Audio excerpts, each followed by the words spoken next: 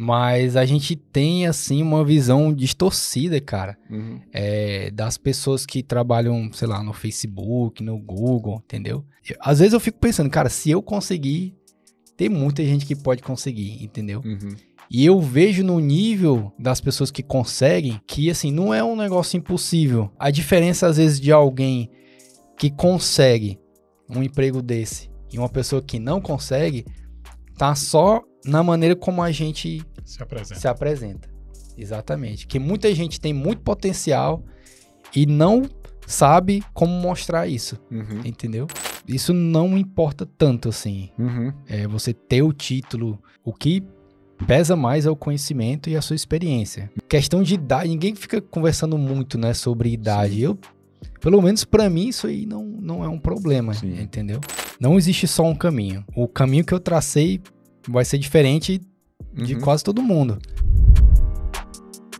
Pessoal, sejam muito bem-vindos a mais um episódio do Formação Dev. Chega aí dando like, curtindo e comentando aqui embaixo. Hoje a gente está com o Leandro Lima. O Leandro veio falar comigo sobre outro assunto. Aí, depois de uns 2 dias, eu pensei, rapaz, vou chamar o Leandro, que está aqui na cidade, para conversar, porque ele é engenheiro de software, né, especializado em Machine Learning, trabalha para a Meta, né, que é a empresa do Facebook, dona do Facebook e de outros produtos. E a gente vai aproveitar para falar um pouco sobre carreira, sobre a história dele, alguns momentos de alto e outros momentos de baixo, né? Para a gente entender e aprender um pouco com a história do Leandro sobre essa questão de transição de carreira. Eu estou aqui com o Cid e com o Leandro. Eu queria que o Leandro se apresentasse. A gente vai conversando aqui sobre carreira, sobre como é que ele chegou lá na Meta. Né? Hoje ele tá morando nos Estados Unidos, morava na Califórnia, hoje está na Flórida. Né, trabalhando, hoje remoto, né? Boa parte do tempo, né? Ou todo o tempo remoto, é isso? Isso. Remoto. E a gente vai falar um pouquinho sobre ele. Eu queria que tu se apresentasse, Leandro. Aí a gente vai tocando a conversa aqui. Beleza. E aí eu fazendo as perguntas. Eu acho que antes do Leandro se apresentar, cara, acho que eu queria fazer menção ao currículo do cara. Ah, né? Rapaz, aí sim, viu? Não é todo dia que a gente tem um cara nesse nível aqui, não, rapaz, que a gente precisa aqui realmente fazer a propaganda direitinho, entendeu? Vai. Então, só para o pessoal conhecer o Leandro, né? O Leandro, ele é, como o Léo falou, né? Engenheiro de Machine Learning lá da Meta, é graduado em Ciências da Computação pela Universidade Federal do Ceará. Eu acho que eu fiz cadeira com ele, é bem possível a gente ter feito cadeira juntos. É verdade. Ele fez mestrado também em Ciências da Computação, no Instituto de Matemática e Estatística lá da USP. Depois disso, trabalhou com bioinformática num grande hospital aqui do Brasil, que é o AC Camargo. Depois disso também, né, ele foi, ao mesmo tempo, na verdade, ele foi professor, né, no curso de Ciências de Computação da Faculdade Metropolitana Unidas. Depois ele fez um doutorado em bioinformática, também na USP. E também fez aí um estágio lá num grande hospital da Filadélfia, em paralelo. Depois disso, ele fez um pós-doc. Rapaz, o negócio tá ficando pesado aqui, viu? Ele também fez um pós-doc lá na Universidade de Software, na Califórnia. E depois ele trabalhou como cientista de bioinformática no Instituto Gladstone, em São Francisco. E desde março agora ele está como engenheiro de Machine Learning na Meta. Rapaz, o currículo do cara é tão grande que eu vou até beber água aqui. Beba. É isso aí. Sou o Leandro. Prazer de estar aqui, cara. Obrigado pelo convite. Sou formado em computação, né? Fiz o mestrado em computação também, né? Sou aqui do Ceará, fiz a graduação aqui na UFC. Quando o UFC ainda tinha só a ver com universidade, né? Não tinha nada a ver com luta. E durante boa parte da minha carreira, trabalhei nessa área chamada bioinformática, né? Tive que estudar um pouco de biologia, fiz doutorado nessa área, trabalhei com doença psiquiátrica, mas tudo usando computação e estatística, né? Para analisar dados de pacientes, né? Geralmente, né, a gente trabalhava com dados humanos, trabalhando com, geralmente, dados de doenças, né? No começo eu comecei a trabalhar com câncer, quando eu trabalhava na AC Camargo, depois no doutorado, doenças psiquiátricas. E aí depois de um tempo eu fui mudando querendo ir para a área de tecnologia, né? Sair um pouco da pesquisa. E tentei por um tempo, né? Fui fazendo entrevista e tal. E até que eu consegui, né? Esse ano comecei a trabalhar lá na Meta. E essa parte da pesquisa relacionada à biologia era mais processamento de imagem? Por exemplo, tem muita gente que trabalha pega um exame de câncer, por exemplo, né? E os que não são, e bota a máquina para detectar o que não é, ver a questão de tumor, e aí começa a aprender, e aí ela faz uma pré-seleção antes, por exemplo, do médico, né? Tem muita coisa de IA que trabalha em cima de imagem, né? Era no teu caso? Era com imagem ou não? Olha, os laboratórios que eu trabalhei, inclusive o último laboratório que eu trabalhei lá em São Francisco, ele tinha uma parte muito forte nisso aí, né? Só que não era na parte de câncer, era na parte de, né, doença neurológica, né? Uhum. E aí eles tiravam fotos, vamos dizer assim, né? Uhum. Com um microscópio eletrônico de neurônios, Uhum. né? E eles, de alguma maneira, conseguiam modificar lá esses neurônios, mudavam um gene, alguma coisa, faziam uma mutação. E aí eles analisavam o tempo de vida, como que esses neurônios eles levavam tempo diferente para morrer, né? Então a interação, as conexões dos neurônios, comparando sempre, né, o normal com o doente. Sim. E as técnicas eram parecidas, né? Que é o que o pessoal chama de deep learning hoje em dia. Sim. Ou aprendizado profundo, né? Sim. Que tem a ver com essa grande área que o pessoal chama de inteligência artificial. Sim, que é o guarda-chuva, né? Exatamente. Legal. Mas aí era processando imagem. Do microscópio, gerava as imagens e o algoritmo trabalhava nas imagens. Isso. Detectar a minha área não era essa, mas eu tive sorte. Sorte assim, né? Que na verdade eu quis mover a minha carreira, né, indo para esse lado da IA, porque eu sabia... inclusive a gente pode conversar um pouco depois sobre isso, né? Quando eu quis, né, colocar na minha cabeça, eu quero ir para essa empresa, por um tempo eu ainda nem sabia direito qual cargo que eu ia ter, né, nessas empresas, mas eu fui tentando aprender coisas que eu gostaria de fazer. Teve uma boa época da minha vida, assim, né, pelo menos 1 a 2 anos, assim, que eu não sabia ainda se eu queria ir para ciência de dados ou continuar na programação, na engenharia de software. Uhum. E hoje em dia é engraçado, né? Que hoje em dia eu trabalho numa área que é a mistura dos dois. Sim. Que é a parte de engenharia de software, mas usando machine learning, né? Que o pessoal chama de ciência de dados, né? É uma parte da ciência de dados. Uhum. Então eu fui tentando depois ver quais eram os cargos nas empresas que usavam esses tipos de técnicas. Uhum. E aí eu vi lá o que mais que estava sendo pedido, né? E fui tentando aprender para poder Sim, na época que eu estava pesquisando a parte de biologia, tu não trabalhava com as mesmas tecnologias que tu trabalha hoje, por exemplo, na Meta, né?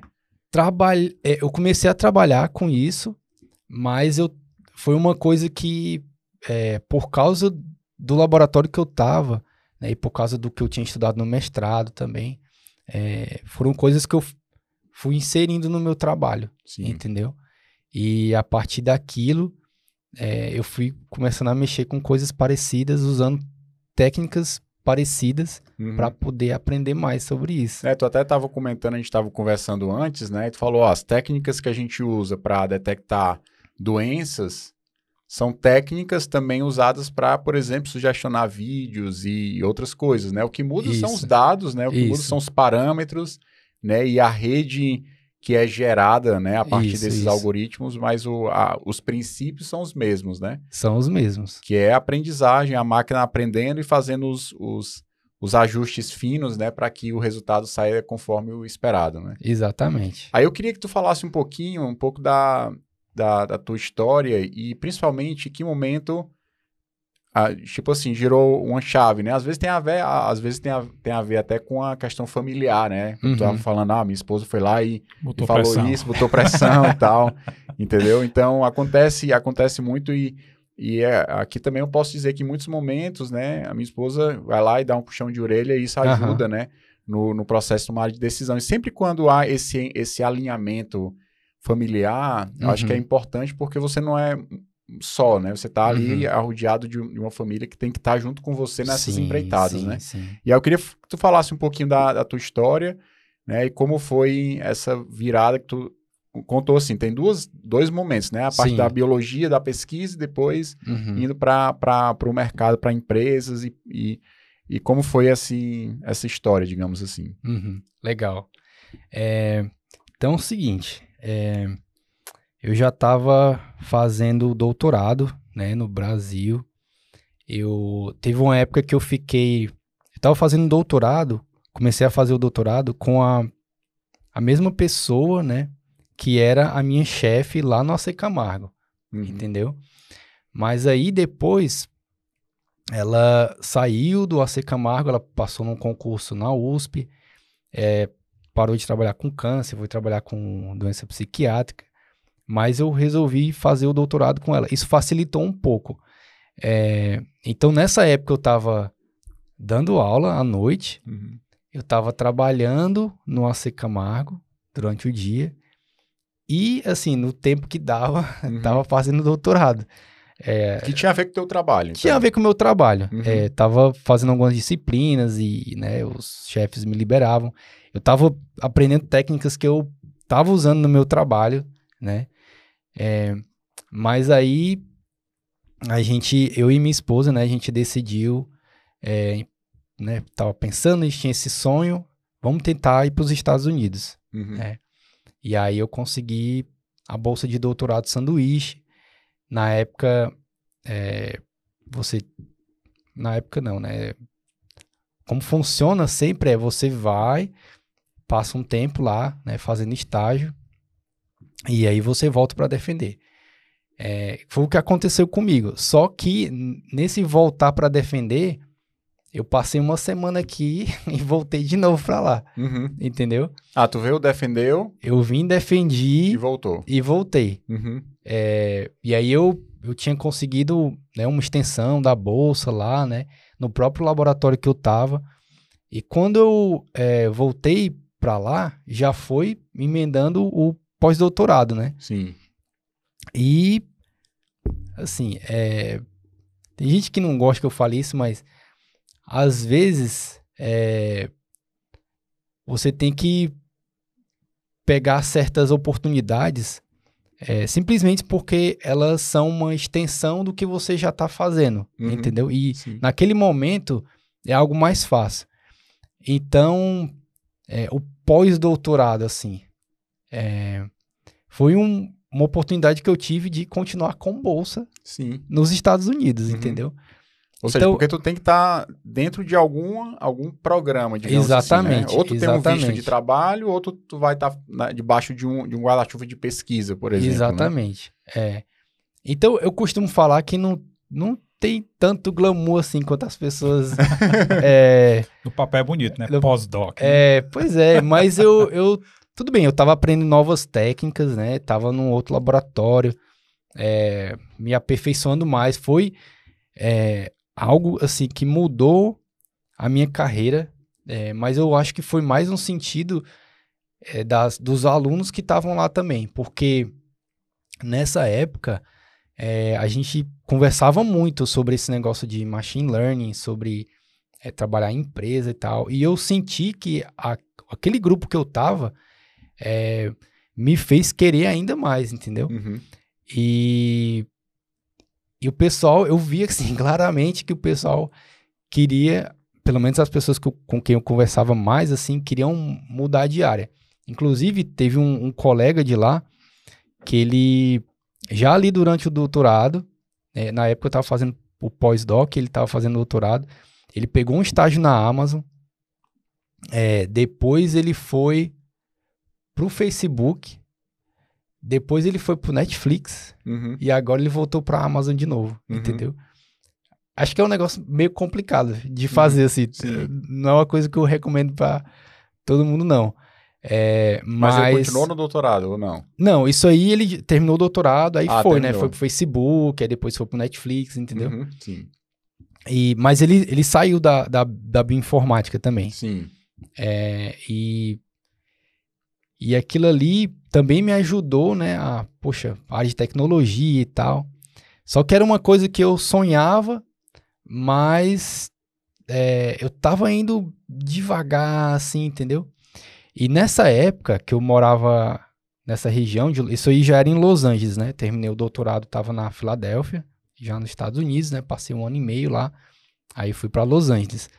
Nessa época eu conheci um cara, assim, que fez uma diferença muito grande na minha vida também, né? De uma das pessoas. Ele é do Pará, aqui, né? No Brasil. Ele foi para os Estados Unidos trabalhar como guia turístico e tal. Foi crescendo assim na carreira. Hoje em dia ele é vice-presidente de uma empresa de cruzeiros lá, entendeu? E ele via esse potencial em mim, né? Que a minha esposa tanto falava, mas às vezes, né, você não escuta muito as pessoas que estão mais perto de você. Mas a tua esposa é de RH, rapaz, ela tem autoridade. A minha esposa é de recursos humanos, então ela vivia falando isso. Só que... Tem mais autoridade, por ser mulher e ainda é de RH. Exatamente. Né? Quase demite o cara. Pois é, quase isso. Mas aí, ele me levou para passar um dia na empresa dele, né? Ele já era... porque hoje em dia ele tá em outra empresa, mas ele já era um dos vice-presidentes lá dessa empresa. E ele me levou para conhecer como era trabalhar numa empresa, assim, né? Uma empresa grande. E aí ele marcou lá um monte de conversas, assim. Eu conversei nesse dia, cara, até com a presidente. Que massa. 15 minutos, assim, entendeu? Mas aí ele me colocou para conversar com a diretora da parte de dados, com outro cara que mexia com essa parte de análise de dados também, né? Tava mexendo um pouco de machine learning e tal. Conversei com recrutadores, amigos dele, até com um cara que tava trabalhando no Facebook na época. A gente fez uma ligação e tal pro cara. E foi um negócio assim que me deu ainda mais vontade, entendeu? De trabalhar numa empresa. Tu não tinha noção, então, nessa época? Não tinha noção, cara. Porque tu tava só na pesquisa? Só na pesquisa. E quando é que veio o estalo, assim, dizer assim, cara, eu tenho que ir pra empresa? Porque tu falou ali que tu foi muito movido num certo momento pelos colegas de trabalho ali, sim, né? Sim. Mas tu também falou de uma certa experiência com a tua mulher botando pressão ali também, né? Não, mas foi esse cara tu era já amigo dele? Sim, eu conheci na igreja, assim, né? Sim, entendi. E aí, né, a gente conversava e tal, e eu acho que na cabeça de algumas pessoas, ele fica vendo assim, poxa, como é que pode... o cara passou tanto tempo estudando, fez pós-doc, na época eu tava fazendo pós-doutorado, né? Poxa, tu podia... Porque tem gente, cara, que tem uma visão mais ampla, assim, né? Do mundo, de carreira. E uma coisa, assim, certa que ele me falou, né? Uma vez é que, assim, o pessoal que trabalha muito com pesquisa não tem, assim, um bom gerenciamento de carreira. Sim. Vamos dizer assim. Talvez seja até um pouco pesado, assim, mas é verdade. Porque, assim, uma das coisas que eu percebo, né, é que não é tão fácil, né, isso existe, mas não é tão fácil você encontrar, por exemplo, um mestrado, um doutorado que esteja fortemente ligado para resolver um problema de uma empresa, um problema no sentido, cara, chega uma empresa, eu tenho esse problema aqui, e a galera da pesquisa é muito competente para resolver problema, mas essa ponte entre empresa e universidade, aqui no Brasil eu acho que não é tão forte. Nos Estados Unidos eu acho que tem mais isso. Eu acho que, por exemplo, Google, Facebook, essas grandes empresas, Apple, devem investir muito pesado em alguns centros de excelência, mas nem sempre por exemplo, no caso que tu falou do teu doutorado, tu estava estudando coisas no doutorado e estava aplicando isso no teu dia a dia de trabalho. Sim. Esse link, eu não acho que é tão fácil para a maioria dos pesquisadores, entendeu? Uhum. Porque esse é um link, para mim, essencial. Você está resolvendo um problema real. É claro que tem coisas que você vai desbravar que ainda vai virar um problema real daqui a alguns anos, porque pessoas desbravaram antes coisas que não era nenhum problema na época, porque não tinha área ainda, não tinha... Mas, normalmente, seria muito mais, eu acho que, proveitoso se você tivesse essa oportunidade que tu teve, por exemplo, de resolver problemas e aprender coisas que tu conseguia aplicar imediatamente, né? Na tua visão, tu acha que tem esse descolamento, digamos assim, entre o que o mercado precisa naquele momento e a pesquisa, ou tu acha que eles estão próximos, digamos assim? Porque tu tem uma experiência bem maior do que eu, só tenho um mestrado, então não tenho como dizer como é que é fora do Brasil, porque o meu mestrado também foi aqui no Brasil, né? Então, eu acho que depende muito da área, né? Sim. Se você estudar uma coisa que muitas vezes a gente não enxerga isso, mas boa parte do nosso estudo, ela pode ser usada em muitas áreas diferentes. Sim. Entendeu? Então, no meu caso, eu estava trabalhando com dados biológicos, mas eu vi uma maneira de usar técnicas que empresas grandes também estavam utilizando, entendeu? Sim. Nessa época é até interessante, porque uma coisa também que foi essencial para minha mudança de carreira foi começar a dar aula particular, entendeu? Sério? Dar aula particular. Lá nos Estados Unidos tem uma plataforma chamada... Tem algumas, né? Mas, por exemplo, o Wyzant, tem uma outra que é chamada... Agora é chamada de ARC, mas no começo era chamada de Code Mentor, que é basicamente para você encontrar professor particular de programação, entendeu? Eu já tive essa vontade de desenvolver curso e tal, mas uma coisa que ajudava e que no momento que eu estava precisando de dinheiro, né, era uma coisa que dava retorno mais rápido, era dar aula particular, entendeu? E aí, eu tava isso aí já foi um pouco depois, né, dessa parte de Los Angeles, eu já estava na região de São Francisco e eu tava ali no olho do furacão, entendeu? Porque Vale do Silício e muita empresa ali em São Francisco, Isso né? que ano? Isso aí era em 2016 para 2017, Certo. entendeu? E aí eu pegava um ônibus ou às vezes pegava trem, né? E ia pro trabalho, uma boa parte caminhando ali pelo meio de São Francisco. E para chegar no meu trabalho, eu passava em frente a alguns escritórios, entendeu? Às vezes passava em frente ao Pinterest, às vezes passava, muitas vezes em frente ao LinkedIn, ou perto da Uber. Tem um outro lá que é o Lyft, que é o... É um Uber É o Uber, né? E o meu escritório, né, na época, aliás, o meu laboratório fica na mesma rua aonde hoje em dia é a sede do Dropbox, entendeu? Que é perto do estádio do Warriors lá, pro pessoal que gosta de basquete aí, né? Sim. Lá em São Francisco. E eu via que muita coisa estava acontecendo ali, entendeu? Tinha muita gente querendo mudar de área, né? Ir para área de tecnologia. E eu usei isso aí como uma oportunidade tanto de ganhar um pouco de dinheiro, né? Quanto de aprender. Sim. Então, eu procurava alunos que estavam querendo aprender esse tipo de coisa.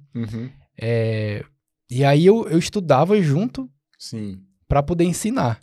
Basicamente isso, entendeu? Cara, é impressionante como você que estuda e ensina, você aprende mais do que o aluno, porque você estuda com um propósito muito claro, né? Que é dar aula, você tem que organizar as ideias, tá? É muito massa.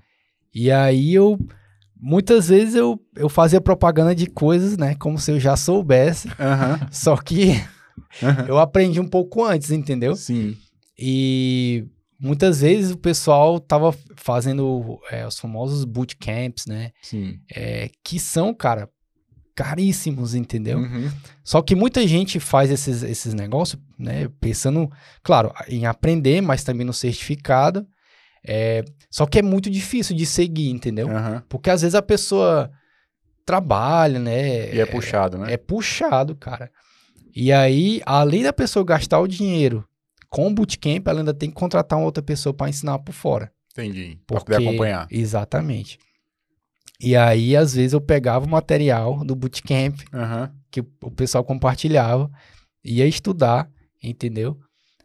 Claro, muita coisa eu não estava aprendendo do zero, né? Já tinha noção e tal, mas eu queria saber exatamente o que o pessoal cobrava, qual era a maneira que cobrava.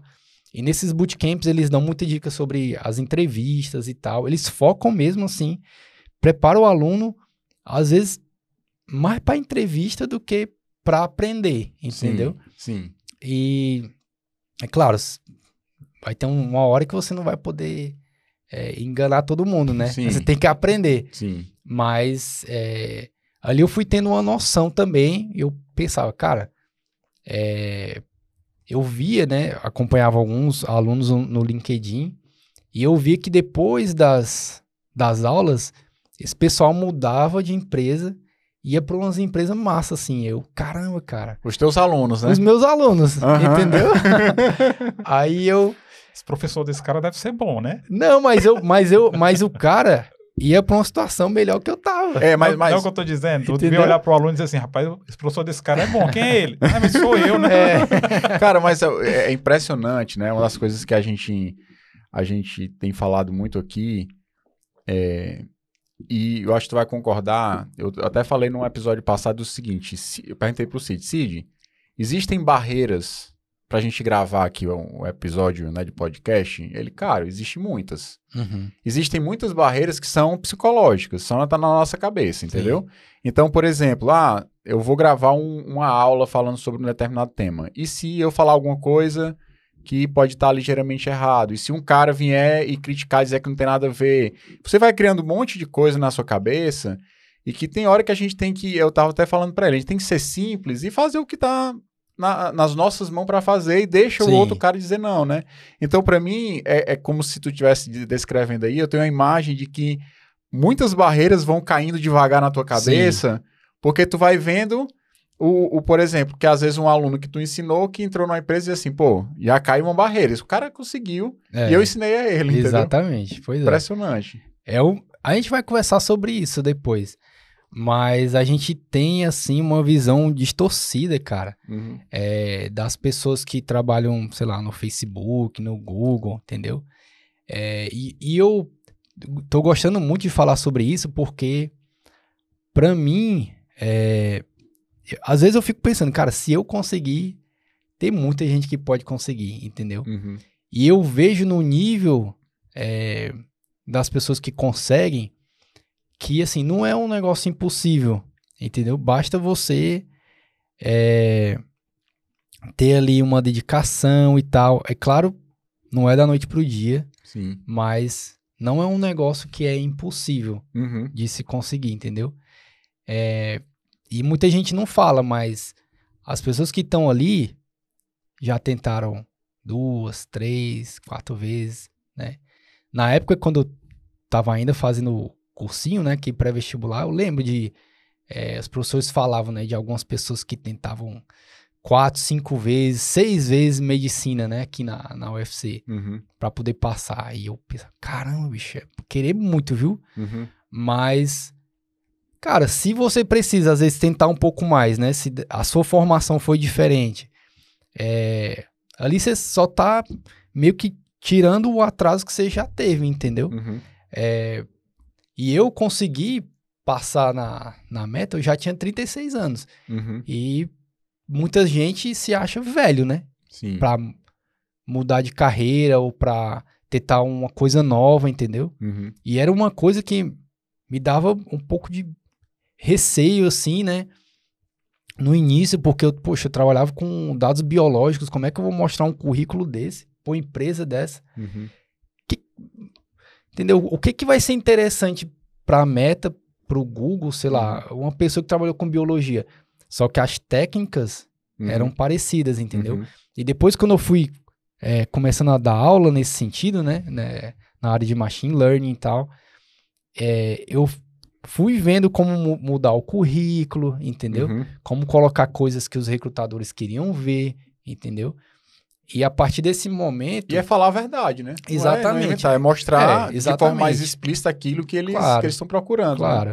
Né? E a diferença, às vezes, de alguém que consegue um emprego desse e uma pessoa que não consegue, tá só na maneira como a gente se apresenta. Exatamente. Que muita gente tem muito potencial e não sabe como mostrar isso. Uhum. Entendeu? Então, todas essas histórias, né, que eu fui contando, né, minha esposa, meu amigo que levou lá na empresa dele, tudo isso me ajudou a ver, cara, realmente, eu sei bastante coisa e eu só preciso me apresentar melhor, eu preciso mostrar o que eu sei de uma maneira diferente, entendeu? E essas coisas foram me ajudando a conseguir as primeiras entrevistas, né? Aí depois saber como, né, fazer chamo de phone screen, né? Que é você conversar com o recrutador pela primeira vez, para ele saber se você tem noção, se você já trabalhou com aquilo mesmo. Até chegar numa entrevista técnica e bem, entendeu? Sim. Foi muito não é ameaçador, né? Mas... desafiador.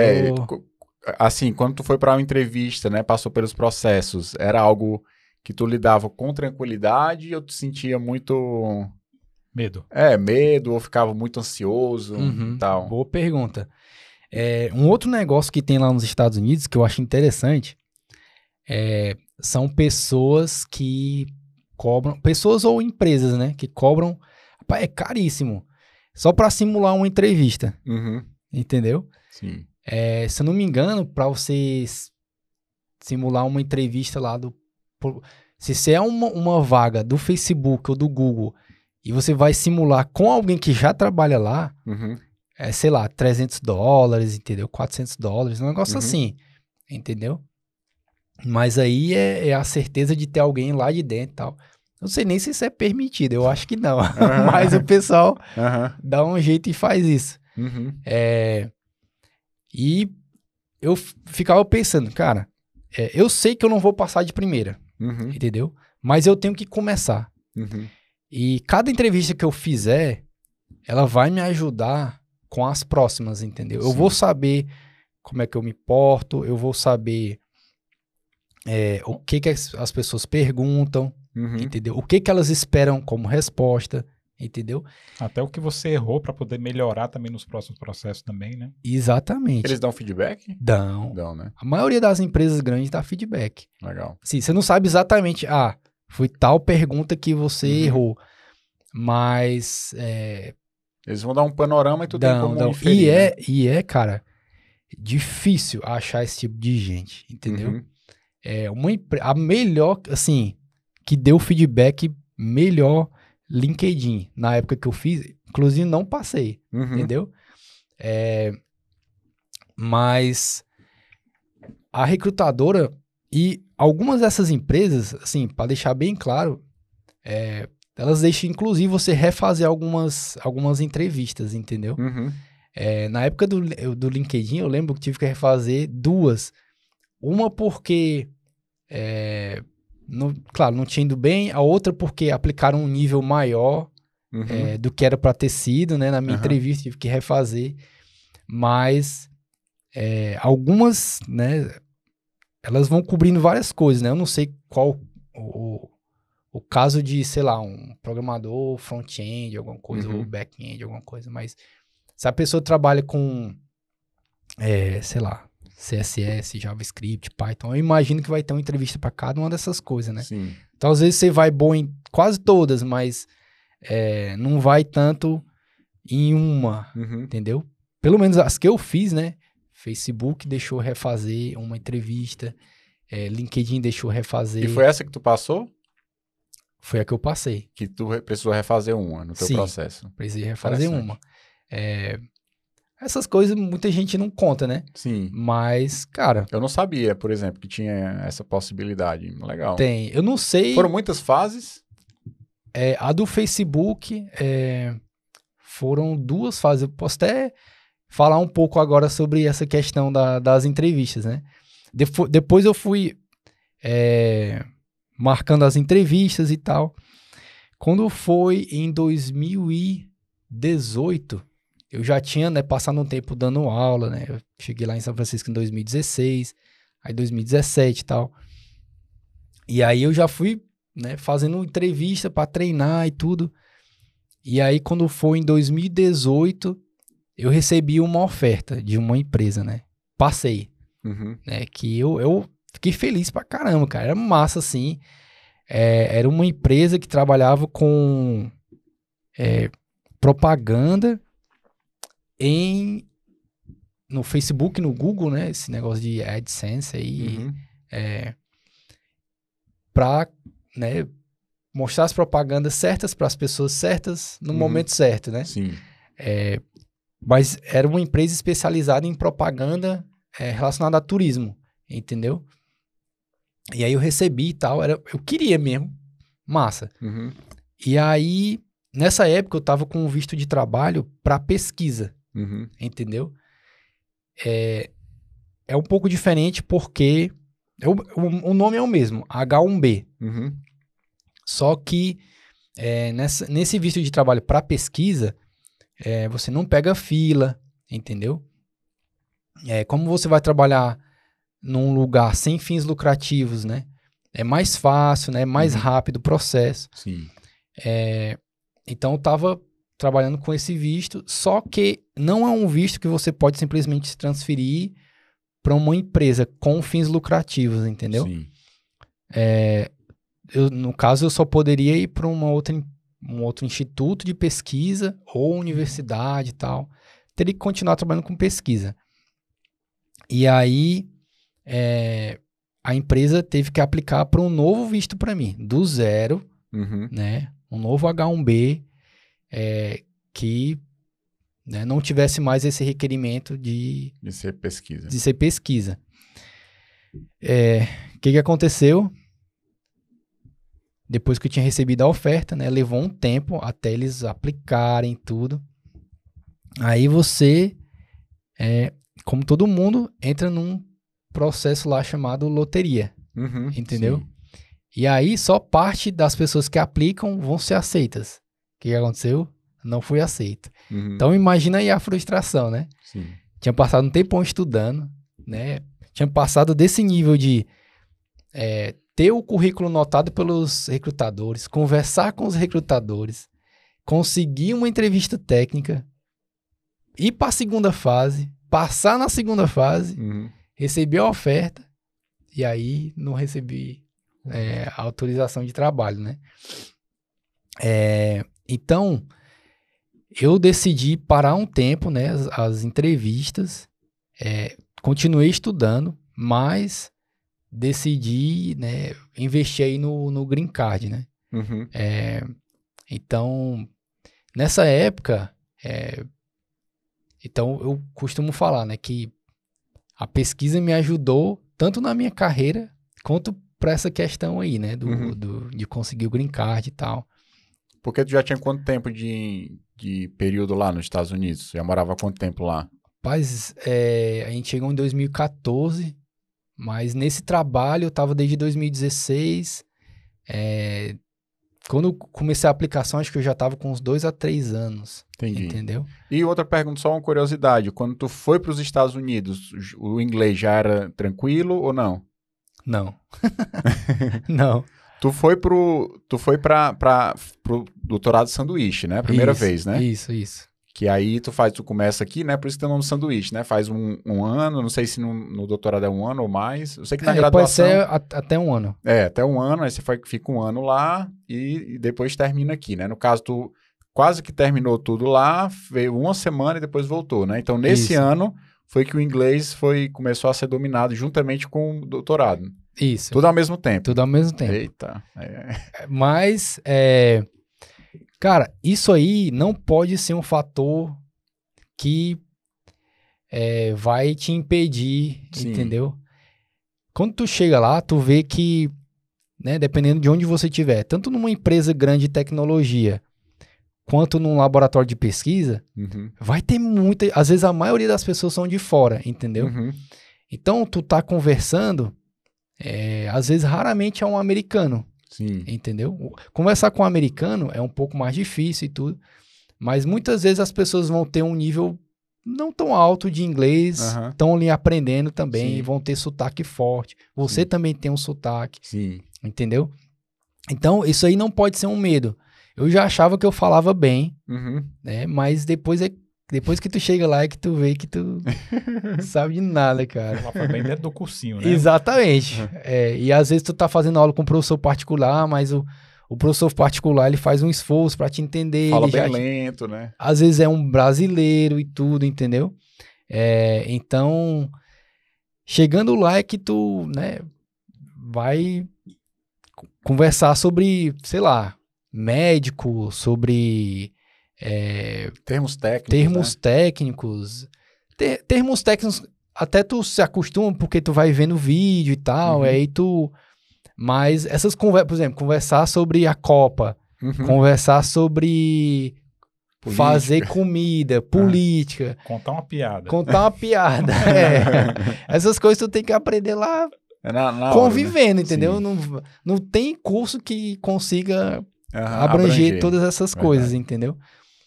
Mas não pode ser algo que te impeça, porque eles não se importam com isso. O foco que todo mundo fala, né? É a comunicação. Exatamente. Se você comunica, mesmo que com sotaque as pessoas entendem, mesmo que com erros gramaticais, há uma compreensão naquilo que foi transmitido, daí você vai desenvolvendo com o tempo, né? E é engraçado, cara, que às vezes o preconceito, quando existe, né? Que às vezes tem, vem de imigrantes também. Vem de pessoas que estão lá igual você, que não são americanas. Sim. Entendeu? Entendi. Mas isso aí dá pra superar. Sim. Entendeu? Pois é, aí eu tava falando da parte, né, de conseguir o green card e tal. E a pesquisa me ajudou, né? Porque era uma área bem, né, focada, difícil de conseguir pessoas e tal. Mas tem gente que consegue de outras maneiras, sem ser pela pesquisa, né? Porque essa área realmente é bem restrita, né? Se você está trabalhando com engenharia de software e sabe determinado assunto que é difícil de encontrar candidatos, a sua chance de conseguir é maior, né? E aí, depois de um tempo, acho que lá para 2019, para 2020, eu comecei a fazer entrevista de novo, né? Mas tu já tinha recebido o green card, não? Não. Só que eu pensei, green card já tá no processo, dá tempo aí de eu... Porque nessas empresas grandes, você pode fazer uma vez por ano entrevista, se você não passa, né? Você pode fazer só daqui a um ano. E eu pensei, vou começando a fazer aqui, se eu não passar ainda vai ter um tempo, não sei quando é que o green card vai sair, mas eu tava na expectativa que saísse de 1 a 2 anos, né? E aí eu fui começando a conversar com alguns recrutadores de novo, já tava com um currículo melhor, tinha dado bastante aula, já tinha aprendido, eu já sabia mais ou menos como fazer entrevista, entendeu? E aí depois comecei a fazer, né? Eu acho que, não sei se tu já conversou com os alunos sobre isso, tem esses sites, né? Que ajudam a fazer problema de programação. Sim. O LeetCode, né? Que é bem famoso, que é o que o pessoal usa mais lá. Porque as entrevistas que eu fiz também caiu exercício de programação, entendeu? Então, é você, né, criar o código ali na hora com o cara, sei lá, cria um algoritmo aí de fazer rotação na árvore, alguma coisa assim, entendeu? Ou para ordenar um vetor, um exemplo bem básico, né? Sim. E aí você tem que treinar e aí também isso aí é cobrado, né, na entrevista. Aí fui começando a fazer, né, de volta e tal. Botei lá uma agendazinha, vou estudar de tal a tal horário. E complicado, assim. Mas quando eu falo assim, que carreira é um plano você tem que planejar, né, a longo prazo, eu sabia, cara, que ia ser muito difícil eu passar, eu pensava assim, né, passar na primeira vez, ou, sei lá, passar em poucos meses, entendeu? Engraçado, nessa época, antes de eu receber essa proposta dessa empresa que eu tinha falado, eu também já tinha feito uma entrevista no Facebook, eu fui até a última fase e não passei, entendeu? E aí depois eu fiquei pensando, né, por que algumas coisas acontecem.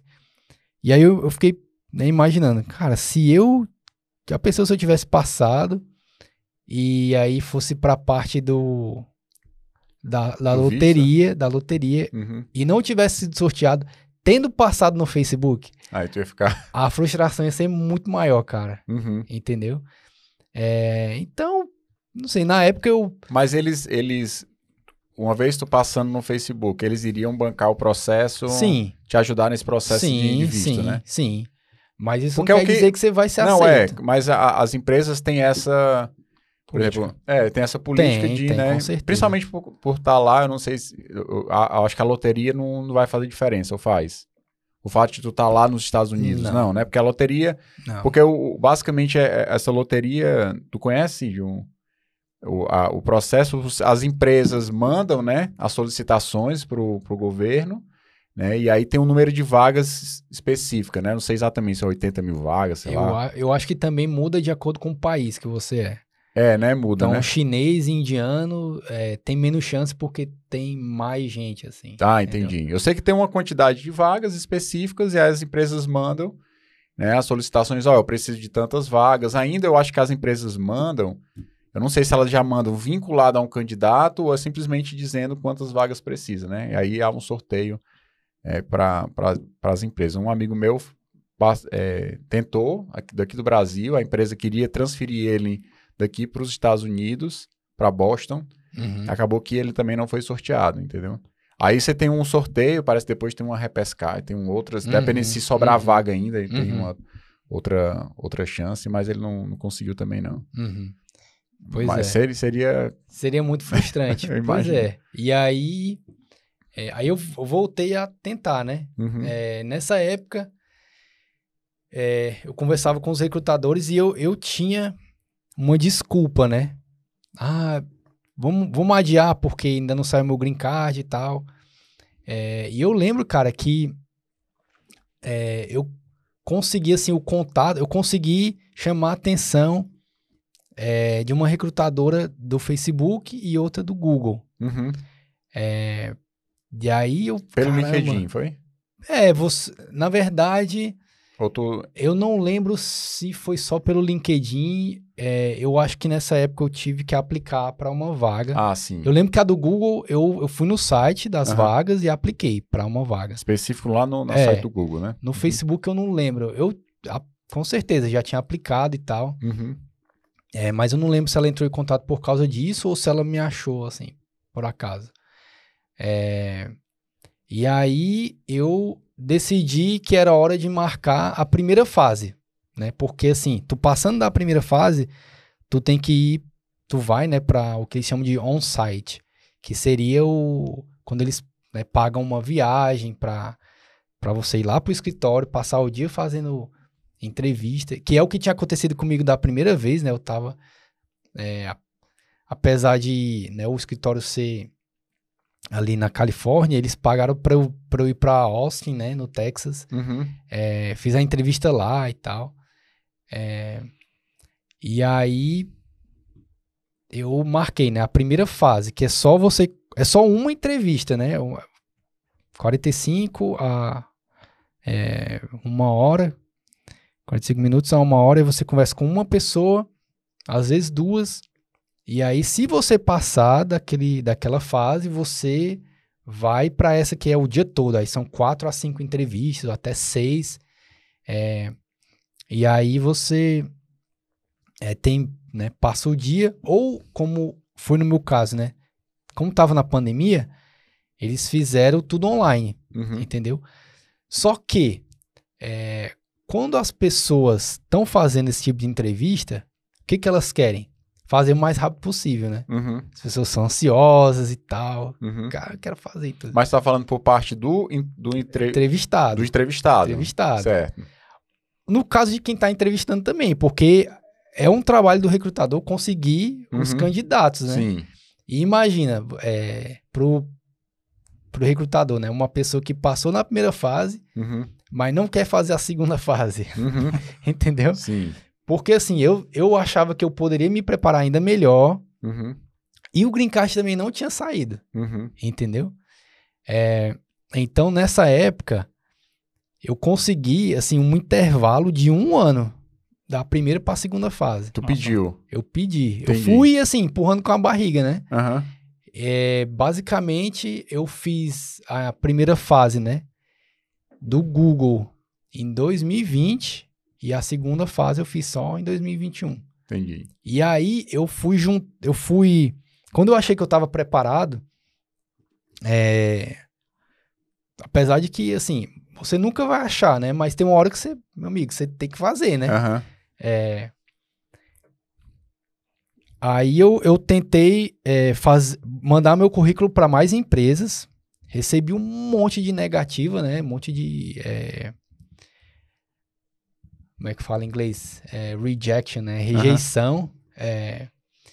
E aí, das que eu consegui fazer ali, eu fui passando e eu fui colocando tudo mais ou menos para a mesma época. Aí nessa época eu fiz para a Amazon, para a Udemy, pro LinkedIn, pro Airbnb, pro Google, pro Facebook.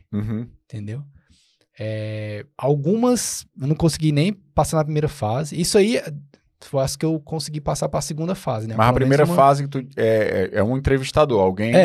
Aí, né? Ou então o meu currículo nem, né, passou pelo recrutador. Por exemplo, TikTok, né? Eu nem cheguei a fazer entrevista porque nunca foi marcado, né? Aí das que eu consegui, né? Essas 4 eu fui até o final, assim, a Amazon, Facebook, Google e o LinkedIn. E aí eu consegui marcar tudo ali, né? Para julho de 2021. Julho de 2021, ó. Entrei na meta em março de 2022. Aí, beleza. Aí Amazon, papoquei, né? Bombei. LinkedIn, que, cara, foi uma das mais difíceis que eu fiz. Porque eles estão procurando um profissional bem completo, assim. E eu não sei se porque a última fase eu já sabia, né, uma das que eu repeti, eu já sabia que eu tinha passado no Facebook, aí eu dei uma relaxada, entendeu? Mas acabei não passando. Mas eles tinham uma entrevista lá que era mais coisa de estatística e probabilidade. Tinha outra entrevista que era mais a parte de machine learning, no sentido de fazer o systems design, né, que é você bolar como que vai ser como que você vai pegar os dados, como você vai processar os dados, que algoritmo você vai aplicar, que métricas para saber se o algoritmo está rodando bem, entendeu? Como você vai botar em produção, esse tipo de coisa, entendeu? Você tem que pensar em todo esse esquema. Aí, uma das que eu fui mal foi a parte de probabilidade, né? Os probleminhas lá de estatística e tal. E uma outra lá, que eu nem lembro qual que foi. Mas também tem a parte de programação e tal. Aí, a do Google, eu consegui passar. Só que eles não deixavam, né, o candidato refazer. E aí, eles acabaram colocando num nível mais baixo do que eu queria. E a do Facebook... Mas eles abriram a oportunidade de tu ser sim, contratado. eu poderia. Só que eles também estavam querendo me tirar da Califórnia para mandar para outro estado e tudo. Sim. Não tinha a possibilidade de ser remoto e tal. E no Facebook, eles deixaram, né, eu refazer uma entrevista que era de programação. E aí, nessa segunda que eu fiz, fui muito bem, assim, né? 40 minutos, consegui resolver 2 problemas e tal. E aí, eles me deram a oferta. Aí eu descobri que tinha passado em agosto de 2021. Isso foi quando que tu descobriu isso? Agosto, né? Agosto de 2021. Eu fiz a prova julho para início de agosto. Sim. Recebi a oferta em agosto de 2021. Entendi. O que aconteceu? Não tinha um green card. Uhum. Ainda não tinha. Eu tinha empurrado com a barriga as entrevistas. Tinha passado. E quando eu recebi a oferta ainda não tinha. Entendeu? E aí, aquele meio desespero, meio confiando assim, né? Esperando. E aí eu só fui receber, cara, em janeiro desse ano. O green card. E aí, por causa disso... a oferta ficou de pé. A oferta eles iam manter por 1 ano. Sim, é um tempo ainda considerável, né? Então, se não chegasse... 1 ano de quando eu comecei a fazer o processo, né?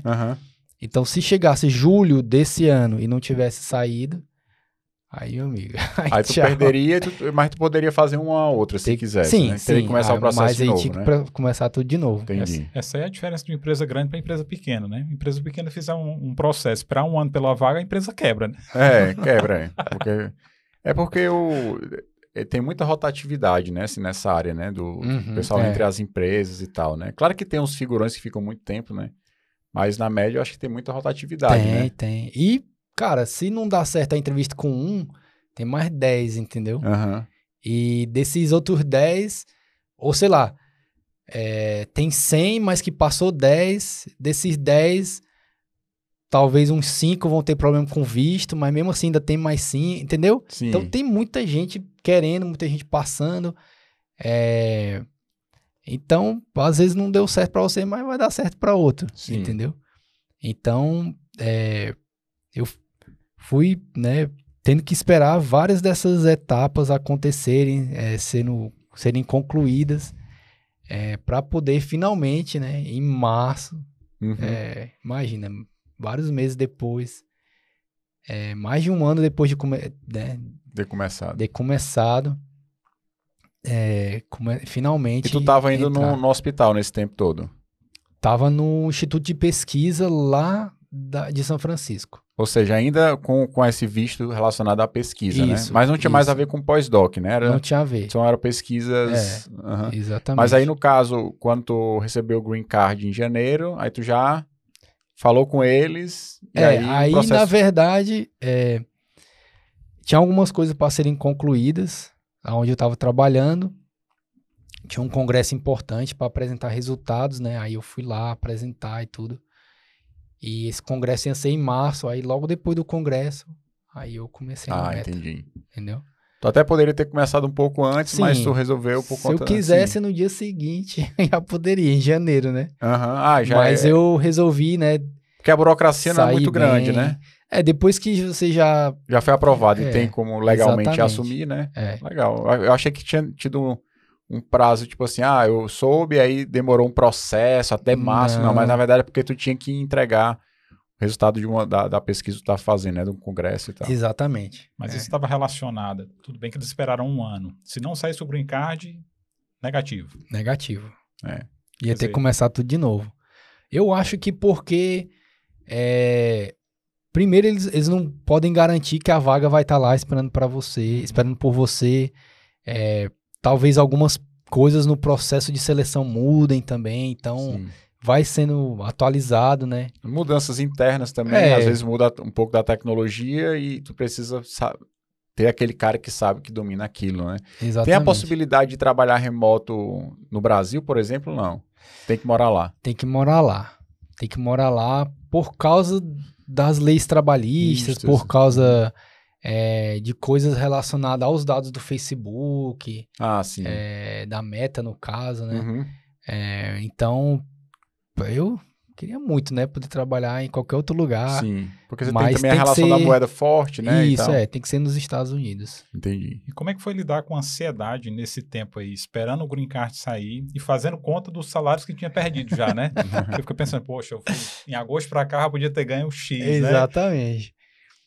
Cara, eu acho que nesse caso tem que ter paciência, confiar, né? Foi um processo demorado, de maneira geral, mas eu pensei assim, a minha parte eu já fiz, não tem mais o que eu fazer, né? Então, a ansiedade vem muito daquilo que você não pode fazer, né? Você fica querendo ter o controle sobre todas as coisas. Exato. Mas tem horas que você simplesmente tem que deixar as coisas acontecer. Se não tem mais nada que você possa fazer... Eu até tentei, assim, entrar em contato com o pessoal do departamento de imigração, não sei o que, para saber e tudo. E eu tava pensando assim, poxa, ainda vou ter que fazer entrevista, né, do Green Card, depois eles vão dizer se vai ser aceito ou não. E como era pandemia... Travou muito também, né? Um belo dia eu fiz uma ligação para lá para saber, né, quando é que ia ser a entrevista e tudo. E não ia ter entrevista, entendeu? Não tava fazendo. E aí, não sei se destravou alguma coisa lá. Pouco tempo depois a gente recebeu, entendeu? Foi aprovado e a gente recebeu. Legal. Que massa. Muito massa. Eu tenho um amigo que esperou 18 anos. Caramba. Pra ter o Green Card. Caramba. Acredita? Porque ele entrou por outro processo. Uhum. Ele morava morava nos Estados Unidos, veio passar férias no Brasil, porque foi aconselhado que o visto dele era um visto religioso. Uhum. Tava perto de expirar, veio passar um mês no Brasil de férias, só para renovar e voltar. Deixou tudo lá, casa, roupa, livros, né, fotos e tal. Quando chegou aqui, foi negado o visto. Nossa. Aí, um pouco tempo depois...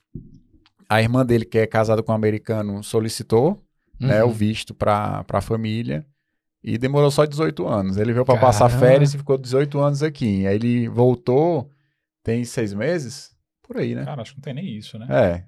Ele tá agora lá com o Green Card, né, e voltou feliz e tal, né, trabalhando numa escola. Uhum. E tem gente que espera muito tempo, né, assim. Eu sei que tem vários tipos de visto, né, que você pode entrar, tem alguns...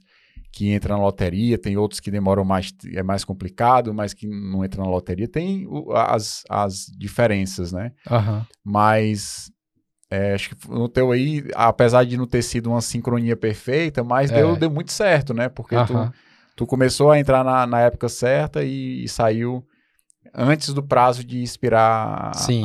Tu já tinha outra também, que era no Google, né? Que tu falou, só que com um nível abaixo do que tu estava planejando, exatamente. né? Se eu fazer uma pergunta aqui, mais uma curiosidade. Tu acha que o doutorado, ele pesa muito, ele pesou muito na tua contratação, ou tu acha que o conhecimento daquilo que eles esperam que tu conheça, o conhecimento...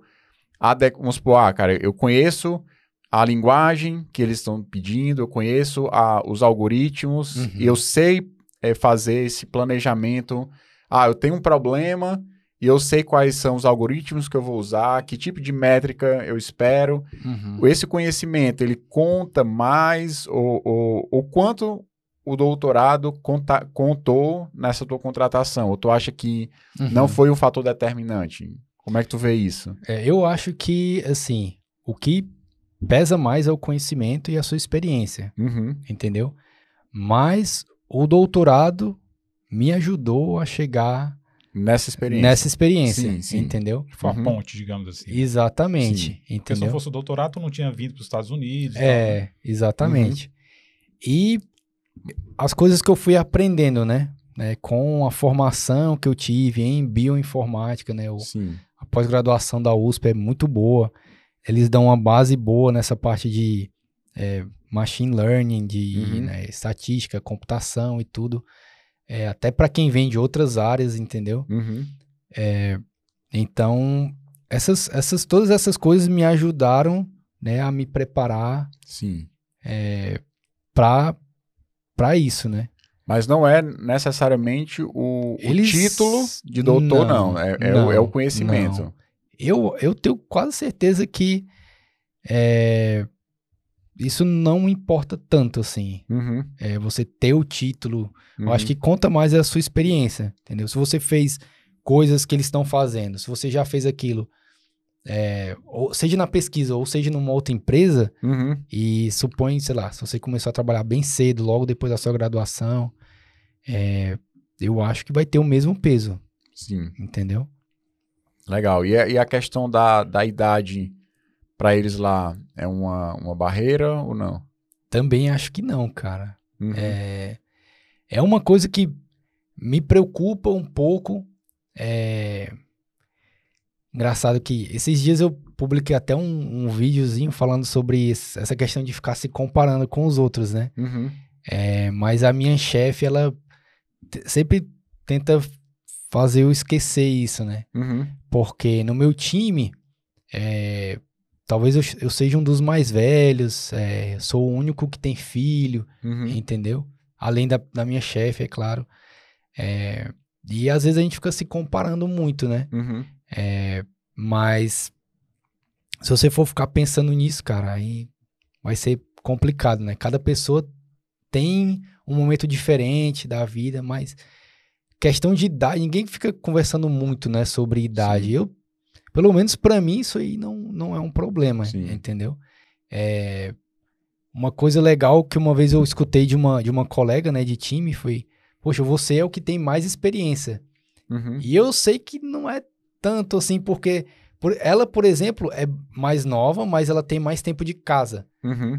Então, eu acho que ela tem mais experiência que eu no que a gente tá fazendo. Sim. Entendeu? Uhum. De maneira geral, pode ser que eu tenha mais, se for englobar, né, vários assuntos e tudo. Uhum. Mas essa questão da idade, cara, não vejo como um problema. Lá eu via muitas pessoas, inclusive essa era uma propaganda de muito desses bootcamps, né? Uhum. Desses cursos.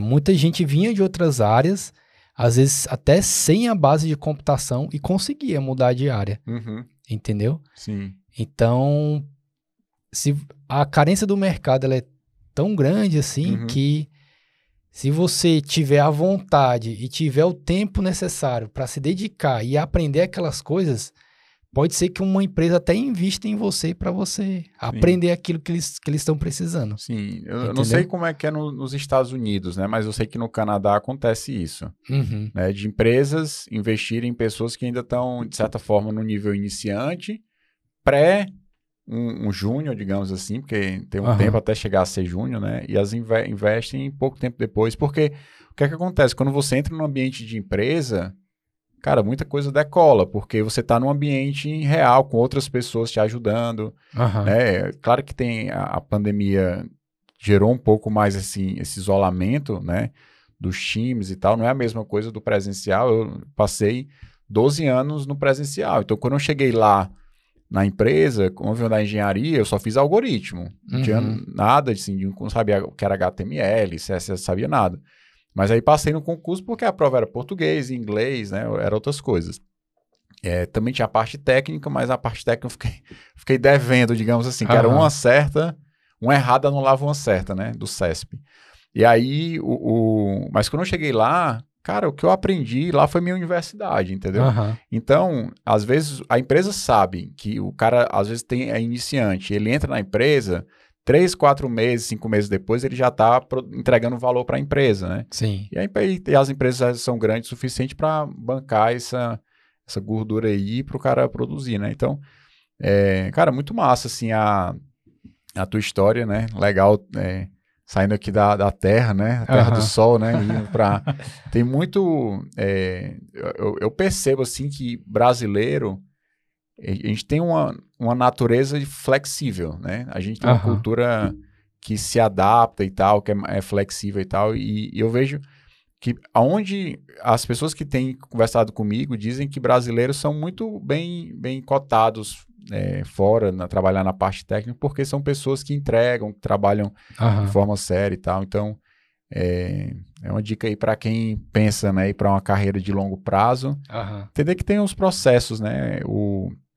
Às vezes o cara quer ter um resultado muito rápido e quando ele não vê o resultado vindo de forma rápida, ele começa a mudar de contexto. Sim. E aí, uma hora ele está no machine learning, uma hora está no front-end, aí não está vendo muito resultado, vai para o back-end. Aí, essas trocas é que às vezes atrapalham demais, porque o cara às vezes sabe muita coisa, mas pouca profundidade. E as empresas querem especialistas, né?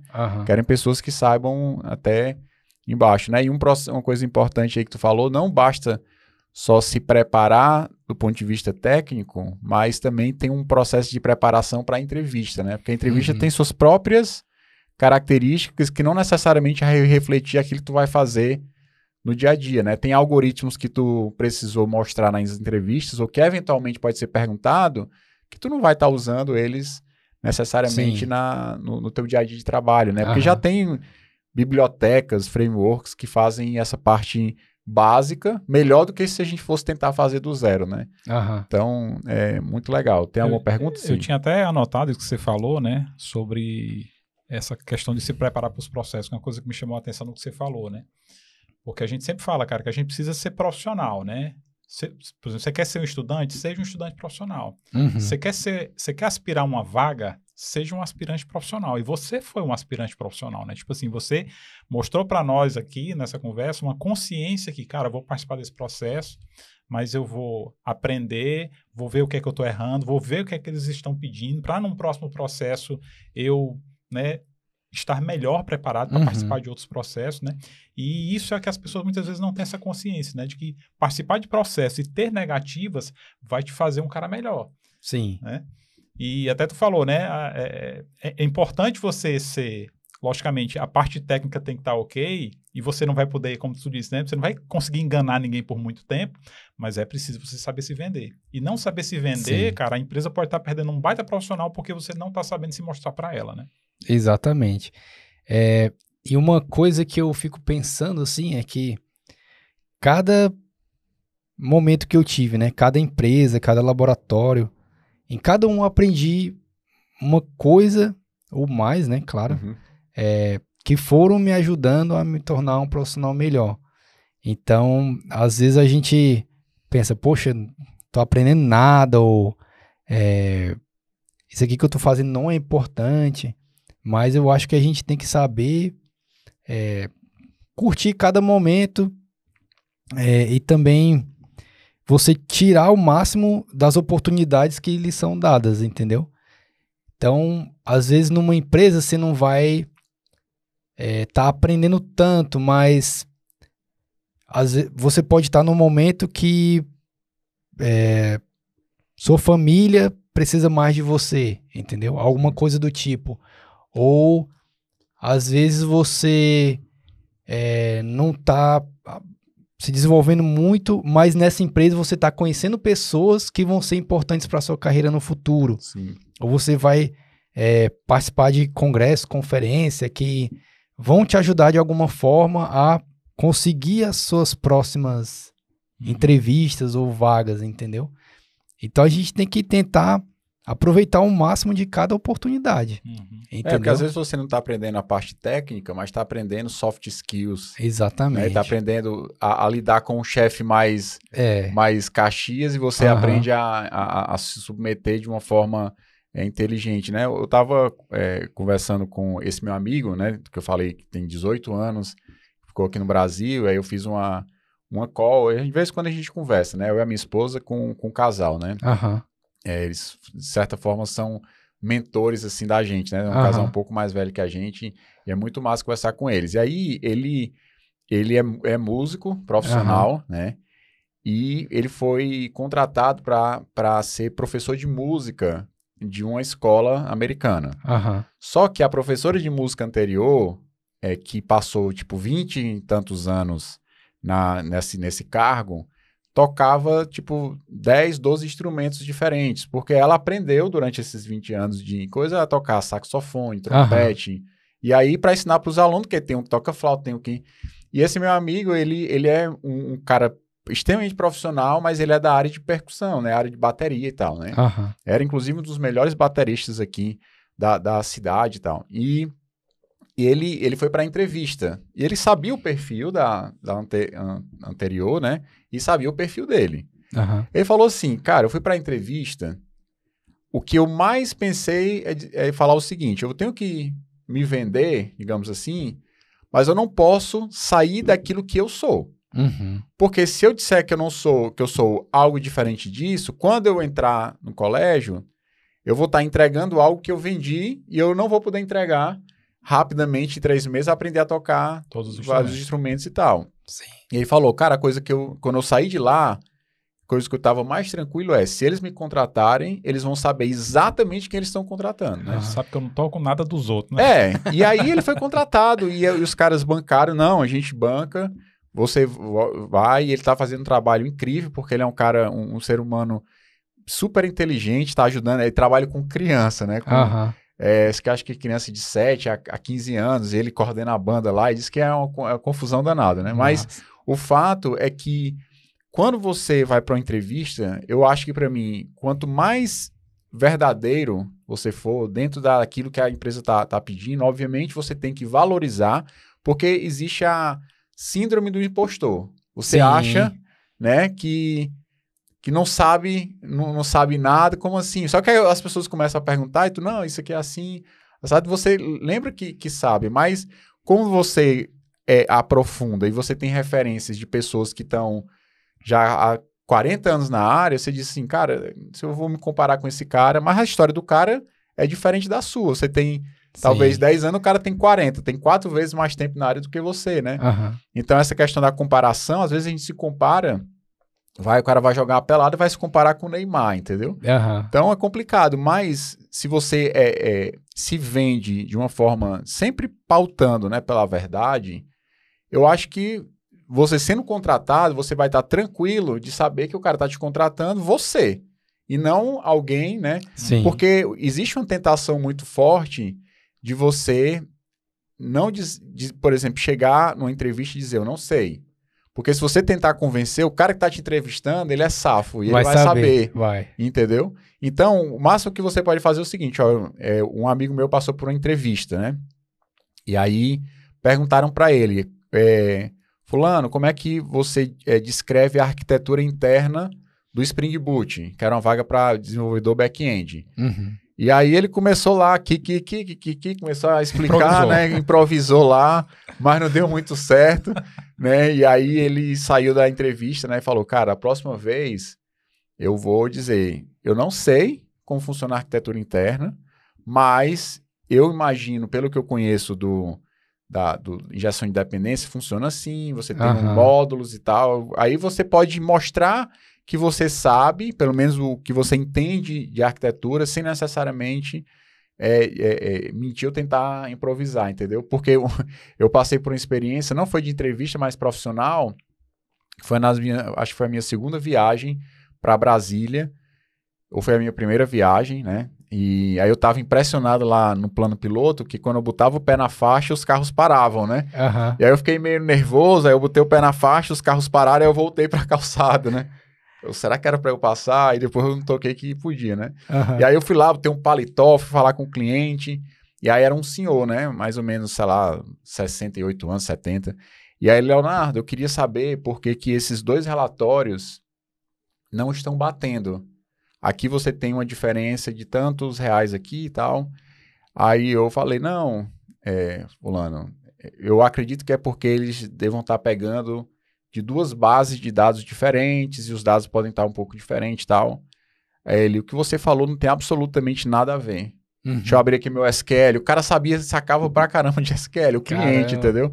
Tá aqui, ó, só tem esse banco, os dados estão aqui, esse sistema tá pegando aqui, aí eu me recolhi a minha insignificância e disse, não, então eu vou estudar e vou ver o que é que está acontecendo. Aí ele falou para mim, ó, se você não tem certeza de uma coisa, não fale como se você tivesse com certeza.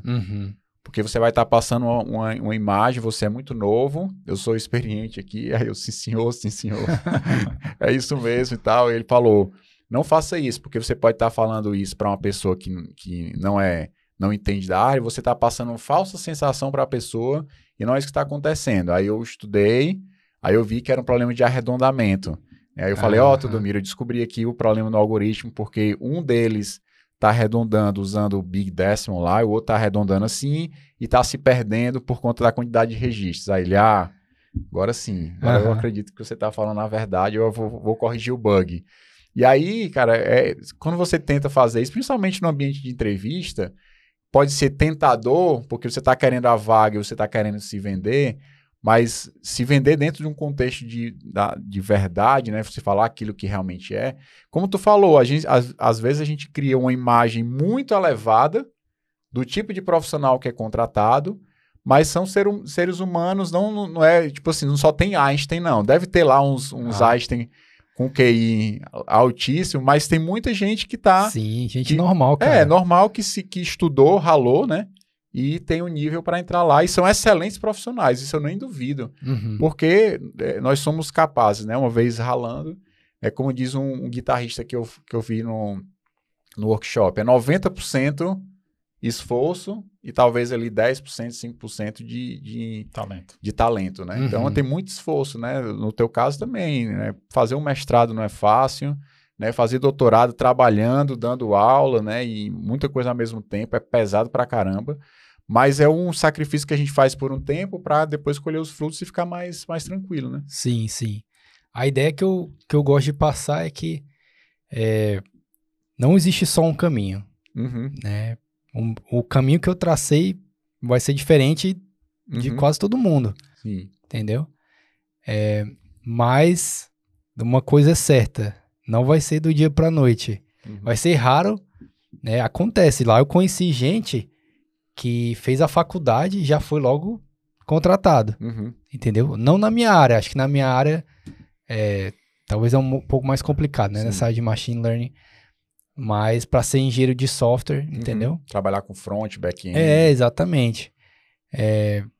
Mas se você, né, quer chegar em determinado lugar que exige certo esforço, você vai ter que fazer esse esforço. Não vai ser difícil ter algum atalho, né? Sim, então, eu fico pensando, né, que muita gente não tem um pai rico, né? Então a pessoa tem que fazer a faculdade trabalhando, né? Ou às vezes já é casado, já tem filho.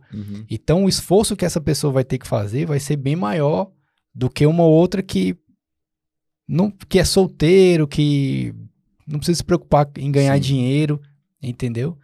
Então, cada pessoa vai ter o seu tempo, entendeu? Às vezes, alguma outra pessoa tem facilidade com certas coisas e outras pessoas não, né? Cada um nasce com um cérebro diferente, mas com esforço, cara, você pode conseguir, entendeu? Sim. Vai levar um tempo, não pode ficar se comparando, ficar ansioso, né? Que talvez para você vai levar um tempo maior, mas você vai conseguir, né? Não é impossível. Leandro, nesse processo todo aí que você passou aí por vários processos e tal, e enfim, teve até umas características bem legais, inclusive, né? De tu até dar um passo para trás e dizer assim, ó, não tô preparado ainda. Vamos deixar essa... Não que você falou isso pro entrevistador, né? Mas pro recrutador. Mas você falou que pediu para certas empresas para esperar para ir para uma outra fase e não fazer aquela entrevista naquele momento para se preparar um pouco mais, né? Algo nesse processo que tu faria diferente, que tu se arrependeu da forma que tu evoluiu nele? Só antes de eu responder isso, eu vou te falar uma coisa. Também não é um problema você falar que não está preparado, entendeu?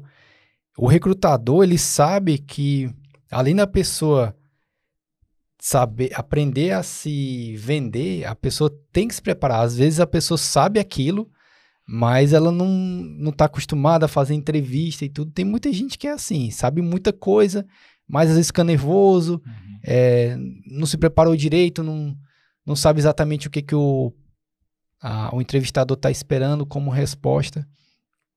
E eles querem que você passe, entendeu? O trabalho deles é conseguir pessoas capacitadas, né, para contratar. Né? Eles querem trazer essas pessoas para a empresa. Eles querem que as pessoas boas estejam preparadas na hora da entrevista, entendeu? Então, se você falar que precisa se preparar mais, se você falar que quer saber como que é a entrevista, eu sempre tentava extrair o máximo dos recrutadores, porque eles estão ali para te ajudar no que eles podem, entendeu? Então, eles vão fazer o que eles puderem para você passar, entendeu? Eles não podem, eles nem sabem, né, qual vão ser as perguntas, né? Porque, às vezes, nem o time que tá te entrevistando se conhece. Vem cada um de um lado diferente, de um time diferente. Aí eles têm uma reunião ali para discutir os teus resultados para ver se você é capaz ou não, né? Mas não tem problema nenhum, entendeu? Eles querem que você passe, e se você falar que precisa se preparar melhor, tanto é que no início de cada entrevista, todas eles perguntam, agora é um momento bom pra gente conversar? Legal. Então, se naquele momento, assim, você quiser desistir, mesmo depois de já tá tudo marcado e tudo, você pode, entendeu? Ó, não vai dar, sei lá, meu filho tá doente, ou tive um problema aqui em casa. Legal, um respeito grande pelo Tem, momento ali, né? Exatamente. Eles querem que você passe. Então, se tiver alguma outra coisa atrapalhando, eles querem que você diga, que aquilo ali seja um momento, assim, que você esteja tranquilo, entendeu? Fazer diferente. O que eu faria diferente? Cara, pergunta complicada, viu? Mas para as pessoas que estão tentando, dependendo do momento da sua vida, eu vou dizer assim, ó, tente sempre pensar no porquê que você está fazendo aquilo, entendeu? Porque às vezes a gente fica pensando no dinheiro, né? Você ou ganhar mais, você mais feliz. Pra quê? Pra que você quer mais dinheiro? Será que é um negócio bem pessoal, assim, né? Então, será que vale a pena você tirar o tempo que você está dedicando à sua família pra fazer aquilo? Então, eu acho que isso sempre, né, tem que ser considerado. Quando eu estava estudando, né, a minha esposa estava grávida. Foi uma parte bem complicada, assim. A gente tinha um filho pequeno, ela estava grávida, estava na pandemia. Então, não sei, talvez eu teria feito num outro momento e tal. Mas cada pessoa, né, tem aí o seu momento. Pense também no porquê, né, que você tá fazendo aquilo, se aquilo ali realmente vale a pena naquele momento, né? Hoje em dia, é claro, né, ela me impulsionou muito, me empurrou para fazer essas coisas, e a gente comemora juntos, né, porque é uma conquista dela e tudo. Mas talvez em alguns momentos eu precisaria, né, ter dado um pouco mais de suporte, e nesse momento ela estava me dando mais suporte do que eu a ela, né? Principalmente porque era uma coisa combinada, né? Assim, uma coisa que, às vezes, um dos maiores fontes de problemas que a gente tem, né? Eu diria que todos os problemas têm relação com relacionamentos, né? Todos os problemas vêm de alguma coisa baseada em relacionamentos. E o maior problema de relacionamentos é falta de comunicação, né? Sim. Então, às vezes, a pessoa está num processo de migração de área. Tu migrou de área dentro de um mesmo ramo, né? Dentro da computação, né? Mas você está num processo que está fazendo bioinformática, voltado para pesquisa, laboratórios e tal, e começou a ir para um lado de empresas, né? Big techs e tal. Mas foi uma coisa, pelo que tu falou, muito conversado entre vocês, né? De certa forma, a tua própria esposa partiu essa proposta, né? Você pode ir para cá e tal. Então, quando há uma conversa clara, uma comunicação clara, tudo fica mais fácil, principalmente do ponto de vista familiar, porque a tua esposa vai entender, ele está ali estudando, né? Naquele momento, então aqui eu vou dar um suporte maior e tal. Então, acho que é super recomendado, né? Porque, às vezes, as pessoas colocam uma pressão muito forte nos ombros e aí, mas vale a pena perder a saúde, vale a pena perder... Tipo assim, o teu filho só vai ter uma vez um ano. Só vai ter uma vez 2 anos, uma vez 3 anos. Não adianta passar 2 anos completamente ausentes para poder migrar num período curto. Não, espera... Né, coloca um pouco maior, tira um pouco da pressão e faz as coisas de uma forma que seja sustentável, porque ninguém aguenta. Sim. O cara vai chegar numa entrevista dessa com peso gigantesco nas costas, né? Tal. Também tem que ter esse cuidado, esse bom senso, né? E muitas vezes a gente, né, fica querendo um cargo maior, né, uma empresa melhor e tudo, mas não se engane, assim, né? Uma empresa que paga mais, ela vai exigir mais, entendeu? Uhum. Não é assim, uma relação 1 para 1, né? Tem empresa que paga bem, assim, que você fica mais tranquilo, né, e tal. Mas você tem que também ver o momento da sua vida que você tá fazendo isso. Será que se você mudar de emprego agora, você vai conseguir dar conta? Será que vai ser um bom momento? Entendeu? Então, todas essas coisas têm que ser consideradas, entendeu? Eu acho que... E às vezes a gente fica pensando muito, né, cara, no dinheiro e tudo. Às vezes eu fico, né, parando pra matutar, né, como diz aí.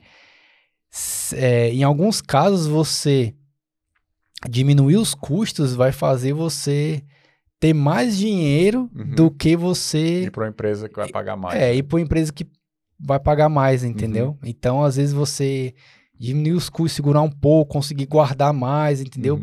Mudar um pouco as suas prioridades, entendeu? Aquilo ali vai te fazer ter esse dinheiro sobrando que você teria na outra empresa, sem precisar mudar de empresa. Sim. Entendeu? Pelo menos naquele momento ali, aquilo ali vai ser a melhor coisa a se fazer. Entendeu? Então, todas essas coisas têm que ser pensadas, entendeu? Tem que ver o momento certo, tem que ver o tempo que você vai precisar, né, para dedicar a isso, né, o tempo que você tem para sua família e tudo.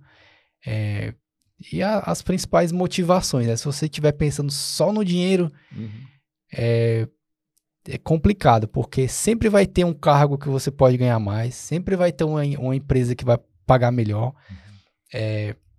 Lá nos Estados Unidos, o pessoal dessas empresas grandes usam um aplicativo chamado Blind. Não sei se vocês já ouviram falar que é como se fosse...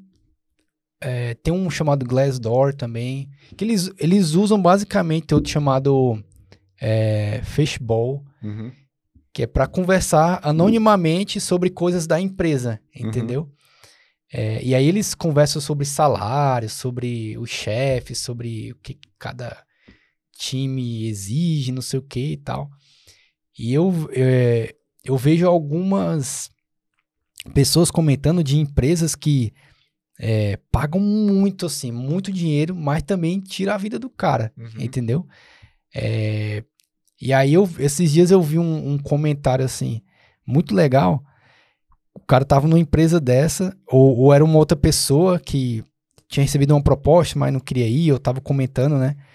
E aí ele comentou assim, cara, por que eu vou sair de uma empresa para ganhar o dobro se essa empresa vai me exigir o triplo, o trabalho de 3 pessoas? Então, às vezes, a empresa tá pagando por 2 funcionários para 1, só que tá exigindo a produtividade de 3, entendeu? Então, isso aí não compensa, né? Ninguém é máquina, né? Exatamente. Uma hora a corda rompe, né? Leandro, aproveitando, né, assim, muito legal a tua história, e como a gente está chegando aqui no final, eu acho que você poderia deixar aí uma mensagem para quem quer viver talvez um sonho parecido com o que você vive, né? Porque, principalmente pensando na área de tecnologia, existe muita possibilidade, né? Para quem quer trabalhar fora, quem quer trabalhar para outro país, ou trabalhar remoto daqui mesmo, mas para uma grande empresa multinacional fora. Quais dicas você daria aí para quem quer investir nessa empreitada? Olha, tenha paciência, tente acreditar, né, no seu potencial, né, tente traçar aí um plano, né, que você pode fazer a longo prazo, né, pense que o investimento que você está fazendo, né, eu costumo falar que o melhor investimento que você pode fazer é na sua educação, né, porque o retorno que isso vai trazer é muito, muito grande e quase 100% certo, né, ainda mais na parte de tecnologia e tudo, e pensando em algo, né, que você pode ir aprendendo, né, que você pode aproveitar no futuro, mas também não idealize assim nenhuma empresa ideal, nenhuma, né, empresa perfeita. Todas as empresas elas vão ter as suas coisas boas e as suas coisas ruins, né? Então é isso, entendeu? Se você tiver paciência, né, persistência, você consegue, mas muitas vezes você pode estar correndo atrás de uma coisa que nem vai ser tão boa assim, ou a que você tá pode ser uma coisa muito melhor, sim, entendeu? Então, é isso. Valorizar as oportunidades. Exatamente, né, valorize, né, as oportunidades. Legal. Leandro e Leonardo, vamos cantar agora. É mesmo? Puxar aqui a reunião que fazia muito tempo que não... Mas eu não tinha pensado nisso. Em vez de você ficar pensando... Então, cara, muito obrigado, Leandro, assim, pela oportunidade de vir aqui, né, e compartilhar um pouco da tua história. Tu quer falar um pouco das tuas redes sociais, né? Legal, sim. Então, eu tinha criado uma página, cara, mais de 10 anos atrás, chamada Estudar Computação. Eu tô tentando, né, ressuscitar essa página e criei uma conta no Instagram, voltei o canal do YouTube. Tô tentando colocar mais coisas lá de computação e machine learning e conversar um pouco com as pessoas sobre carreira, entendeu? Hoje eu tinha pensado até num negócio para postar, uma coisa curta, falando, por exemplo, aí depois se tu quiser entrar em detalhe, mas é uma coisa que a gente não conversou aqui. Quando eu mudei para a Flórida, o meu salário foi cortado 10%, entendeu? E foi uma coisa que eu não me arrependi, cara, que a gente escolheu ganhar um pouco menos para, entre aspas, ser mais feliz, entendeu? A gente teve os nossos motivos, né, para mudar para a Flórida, e a meta, quando ela, né, deixou o pessoal trabalhar remoto, eles falaram assim, você pode trabalhar remoto, mas em certas cidades o seu salário vai diminuir, entendeu? E é uma coisa que a gente não se arrepende, entendeu? Até porque as taxas são menores e tudo, sim, então acaba balanceando, assim. Mas enfim, eu tava falando das redes sociais. Então, eu queria também conversar com as pessoas, né, sobre coisas, não necessariamente as coisas técnicas, entendeu? Então, eu pretendo postar nessas redes sociais, né, do Estudar Computação. Eu tenho as minhas pessoais, mas eu tô usando essa aí, Estudar Computação. A gente vai colocar tanto na descrição, como coloca aqui na tela, o Samurai. Legal. Sobre essas coisas, entendeu? Que são relacionadas à carreira, mas relacionadas à vida, vamos dizer assim. Entendeu? Legal. Os outros aspectos que as pessoas não conversam muito. Legal, porque tem muita dica de entrevista, coisas que tu passou, que dá conteúdo aí muito massa, assim, para as pessoas entenderem o processo, entender como se preparar, né? Porque acho que uma pessoa que passou, desbravou e já passou por várias negativas também, né? Porque nem sempre de vitória vive as pessoas, né? Acho que todas elas trazem ensinamentos super legais. Então, cara, muito obrigado, né, por esse momento. Foi um momento de aprendizado para mim, acredito que pro Cid também. Muito legal, cara. E, pessoal, chegou até aqui, né? Olha aí na descrição, tem as redes do Leandro, né? Para você que quiser curtir e seguir lá o Leandro. Muito obrigado por ter chegado mais aqui no final de um vídeo aqui do Formação Dev. Eu não sei qual é o episódio, mas a gente já está aí na descrição.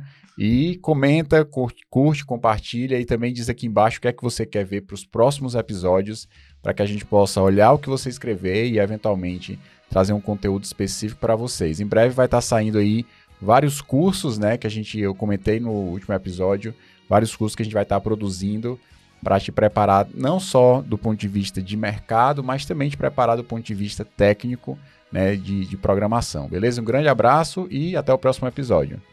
Valeu, pessoal. Valeu, galera. Falou.